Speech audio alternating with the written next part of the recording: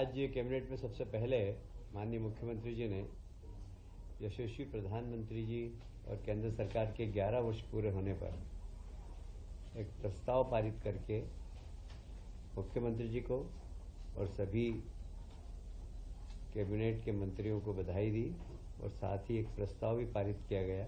11 साल में जो देश में आर्थिक प्रगति हुई है, सामाजिक प्रगति हुई है, सांस्कृतिक प्रगति हुई है और जो 4 हमारे खास प्रमुख बिंदु हैं, किसान, महिला, युवा, चारों के लिए जो योजनाएं बनी उसका क्रियान्वयन हुआ अंतिम तक, उसके लिए भी प्रधानमंत्री जी को बधाई दी है। माननीय राष्ट्रपति जी 19 जून को मध्य प्रदेश आ रहे हैं। आप सभी जानते हैं कि हमारे माननीय गवर्नर साहब मंगू भाई पटेल जी हमारे जितने भी ट्राइबल क्षेत्र में सिकल सेल की बीमारी है उसको लेकर माननीय मुख्यमंत्री जी और गवर्नर साहब दोनों ने बहुत प्रवास करके कैसे सिकल सेल की बीमारी से आदिवासी भाई हमारे बचें, उनका इलाज कैसे हो, इस दिशा में काफ़ी लंबे समय से काम चल रहा है। विश्व सिकल सेल दिवस पर राष्ट्रपति जी उस दिन अपना मार्गदर्शन देंगे और इस क्षेत्र में काम करने वाले सभी कार्यकर्ता, एनजीओस, इनको धन्यवाद भी देंगे। माननीय मुख्यमंत्री जी ने अपने कैबिनेट के प्रारंभ उद्बोधन में स्पिरिचुअल एंड वेलनेस समिट जो उज्जैन में संपन्न हुई है उसके बारे में पूरी जानकारी दी और पूरी कैबिनेट ने तालियां बजाकर उनको बधाई भी दी है, क्योंकि उसमें काफ़ी साधु संत और केरल से काफ़ी आयुर्वेद के क्षेत्र में काम करने वाले लोग आए थे। विशेषकर स्वामी चिदानंद जी सरस्वती, आप सभी जानते हैं, आध्यात्मिक गुरु हैं और हरिद्वार में गंगा आरती बहुत लंबे समय से वो करते आ रहे हैं। उन्होंने भी 2 स्थान पर अपनी रुचि दिखाई है। बाकी केरल से आए लोगों ने भी अपनी रुचि दिखाई है। मुझे लगता है कि वेलनेस सेंटर, व्यक्ति बीमार हो उसके पहले ही उसको एक स्वस्थ रखना, ये भी सरकार की जवाबदारी है और इसको हमारे मुख्यमंत्री जी ने अपनी जवाबदारी समझकर प्रदेश में वेलनेस सेंटर हो, लोग आध्यात्मिक रूप से भी मजबूत हो, इसलिए आध्यात्मिक गुरुओं को ही बुलाया। प्राणायाम, योगा, ये सब का वो लाभ ले सकें और अपने जीवन को सार्थक कर सकें। ये मध्य प्रदेश में इस प्रकार की पहली समिट थी और इसमें पहली समिट में भी काफ़ी बड़ी सफलता मिली है। हमें लगता है कि सिंहस्थ के पहले कुछ हमारे वेलनेस सेंटर और आध्यात्मिक रूप से लोगों को ट्रेनिंग देने वाले सेंटर मध्य प्रदेश में खुलेंगे। ये मध्य प्रदेश का पहला प्रयास था तो बड़ी अच्छी सफलता मिली है। माननीय मुख्यमंत्री जी ने सभी माननीय मंत्रियों को आगाह किया कि आने वाले वर्षाकाल में अपने अपने क्षेत्र, अपने अपने विभाग में जो भी चेतावनी है, जो चुनौतियां हैं, उसकी तैयारी अभी से करें। जैसे नगर निगम, नगर पालिकाएं पुराने नाले साफ करें, ग्रामीण क्षेत्र के अंदर जो तालाबों के कैचमेंट एरिया उनकी सफाई करें, उनको चैनलाइज करें। ये सब माननीय मुख्यमंत्री जी ने सभी माननीय मंत्री जी को निर्देश दिए हैं कि वर्षा काल में जो भी हमारी विभाग की जवाबदारी है उसका निर्वहन पहले से सब लोग करें। एक बहुत बड़ा निर्णय आज लिया है मुख्यमंत्री मजरा टोला सड़क योजना। ये मध्य प्रदेश के दूरस्थ गांव, विशेषकर हमारे आदिवासी भाइयों के लिए बहुत ही क्रांतिकारी योजना है ये। इसमें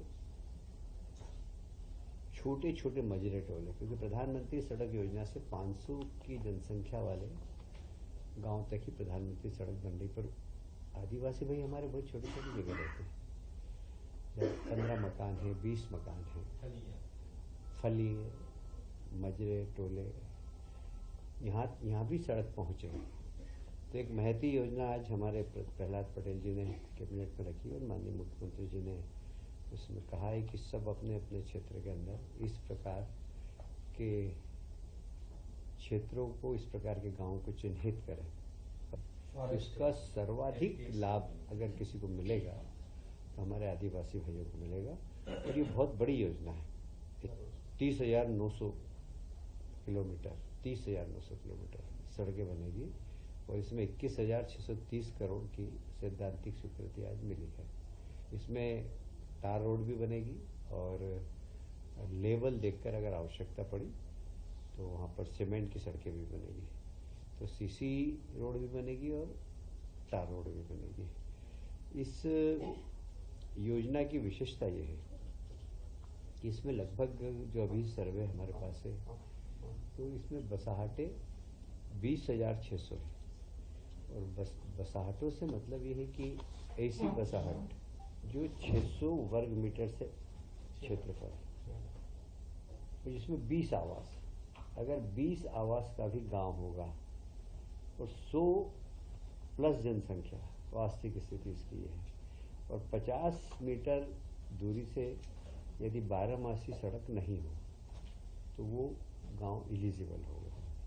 ये बहुत ही महत्वपूर्ण और महती योजना है। इसमें निश्चित रूप से 80% मुझे लगता है कि सिर्फ और सिर्फ ट्राइबल भाइयों को ही इसका लाभ मिलेगा। आज एक और निर्णय जो हुआ है उसमें केंद्र सरकार को धन्यवाद दिया गया है कि जैसे माननीय प्रधानमंत्री जी हमेशा महिला सशक्तिकरण की बात करते हैं, तो केंद्र से हमें महिला सशक्तिकरण के लिए काफ़ी सहयोग मिलता है। अभी फिर 4 वर्किंग वुमेन हॉस्टल के लिए हमें पैसे प्राप्त हुए हैं और लगभग 40 करोड़ 59 लाख रुपए। इसमें लगभग 350 सीट्स की वुमेन हॉस्टल्स बनेगी। इसका संचालन पीपीपी मोड पर होगा, क्योंकि इसका संचालन सरकार स्वयं नहीं करेगी, वहाँ के इंडस्ट्री एसोसिएशन को दे सकती है या किसी को भी जो इसको चलाना चाहेगा उसको देंगे हम लोग। और यह 4 स्थानों पर बन रही है, झाबुआ, सिंगरौली, देवास और नर्मदापुरम। ये चारों इंडस्ट्रियल एरिया है। अभी यहाँ पर चारों में, इसके पहले आपने शायद मालूम होगा आपको, पीतमपुर में हमने एक बड़ी वुमेन हॉस्टल बनाई है। हम जितने भी इंडस्ट्रियल एरिया है वहाँ सब वर्किंग वुमेन हॉस्टल बनाने के लिए संकल्प करते हैं। एक और आज बहुत अच्छा निर्णय हुआ है। तुअर की दाल हमारे यहाँ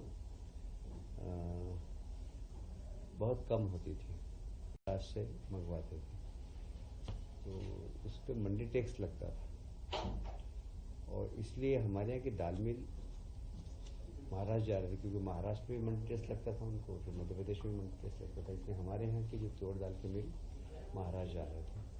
तो दाल मिल एसोसिएशन ने माननीय मुख्यमंत्री से निवेदन किया था कि हमें डबल मार पड़ती है मंडी टैक्स की, तो आप यदि ये छूट दे देंगे तो यहाँ से मिल ट्रांसफर नहीं होंगे। आज उसमें निर्णय लिया कैबिनेट ने कि जो महाराष्ट्र से भी दाल आएगी उस पर भी हम मंडी टैक्स नहीं लेंगे, जिससे हमारे यहाँ दाल मिल की संख्या बढ़े और दाल का उत्पादन भी बढ़े, दलहन का उत्पादन भी बढ़े। दोनों ही क्षेत्रों में फ़ायदा होगा। दाल मिल लगेगी तो लोगों को रोजगार मिलेगा और दलहन का उत्पादन होगा तो दलहन के भाव बहुत अच्छे मिलते हैं अन्य उत्पादन से।